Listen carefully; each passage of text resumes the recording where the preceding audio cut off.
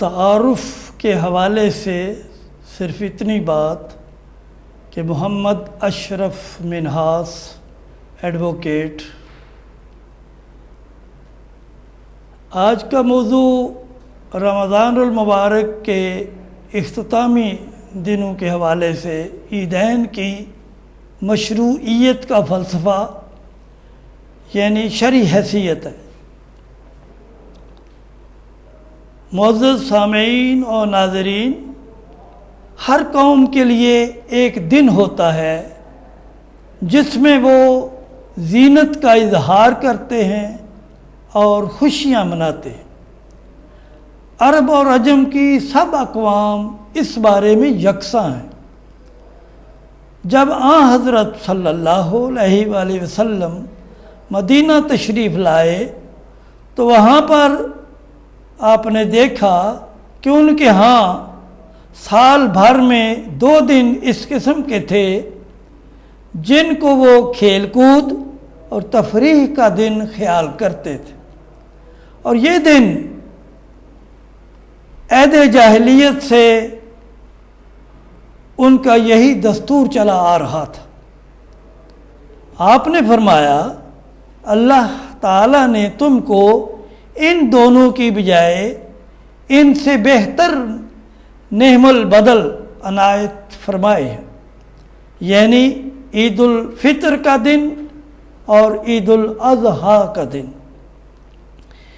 ان دونوں تہواروں کو عید قرار دینے کا فلسفہ یہ ہے کہ آپ کو اندیشہ ہوا کہ اگر مدینہ کے مسلمانوں کو ان کے سابقہ تہواروں پر چھوڑ دیا گیا تو وہ تو جاہلیت کے تہواروں کو مناتے رہیں گے اور اس سے جاہلیت کو شان و شوکت ملے گی۔ لیکن دونوں اسلامی تہواروں کا مقصد شاعر ملت حنیفیہ کی شان و شوکت ثابت کرنا ہے۔ عیدین کے تہوار میں مسلمانوں کے لیے اظہار تجمل و زینت اور کھیل و تفریح کے ساتھ ساتھ اللہ کی یاد اور عبادات کو بھی شامل کیا گیا۔ سامعین محترم، عید الفطر وہ تقریب سعید ہے جب کہ مسلمان ادائے فریضہ صیام سے فارغ ہو چکے ہوتے ہیں، جو کہ طبعاً خوشی کا موجب ہے، اور چونکہ اسی موقع پر صدقۃ الفطر ادا کیا جاتا ہے، اس لیے غریبوں اور مسکینوں کے لیے بھی یہ خوشی کا دن ہوتا ہے۔ یہ طبی خوشی کی صورتیں ہیں، اور عقلی خوشی کی بھی یہ ایک بہتر تقریب ہے، کیونکہ ہر مسلمان اس بات سے خوش ہوتا ہے کہ اللہ تعالیٰ نے اس کو صیام و قیام کی پورے طور پر توفیق عنایت فرمائی ہے، اور اس کو ماں اپنے بال بچوں کے کامل 1 سال تک خیریت اور سلامتی سے رکھا ہے، جو کہ اللہ تعالیٰ کا بڑا فضل اور احسان ہے۔ اس لیے اس کو عید قرار دینا نہایت مناسب اور معقول بات ہے۔ ان دنوں میں تکبیریں کہنے کا یہی راز ہے جس کا قرآن کریم میں ذکر آیا ہے، والے تو کبر اللہ علی ما ہداکم ولعلکم تشکرون، یعنی اللہ تعالیٰ کی عظمت کا اظہار کرو کہ اس نے تمہاری رہنمائی کی ہے، اور شکر ادا کرو کہ اس نے تمہیں فریضہ صیام ادا کرنے کی توفیق عنایت فرمائی ہے۔ نماز عید اور خطبہ کے مشروع قرار دینے کی وجہ بھی یہی ہے کہ مسلمانوں کا کوئی اجتماع عظیم اللہ پاک کی یاد اور اس کی عبادت سے خالی نہ ہو۔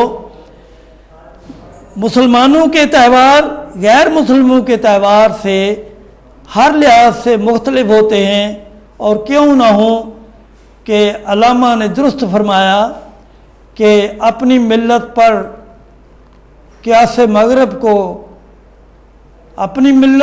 قیاس اقوام مغرب کو نہ کر، خاص ہے ترکیب میں قوم رسول ہاشمی۔ اسی لیے فرمایا کہ سب لوگ عیدگاہ میں جمع ہوں، یہاں تک کہ عورتیں اور بچے بھی۔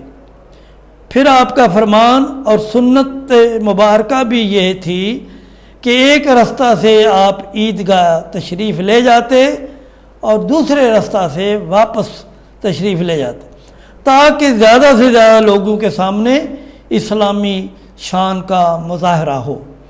عید کے دن اچھے سے اچھا لباس پہننا آپ نے مستحب بتایا۔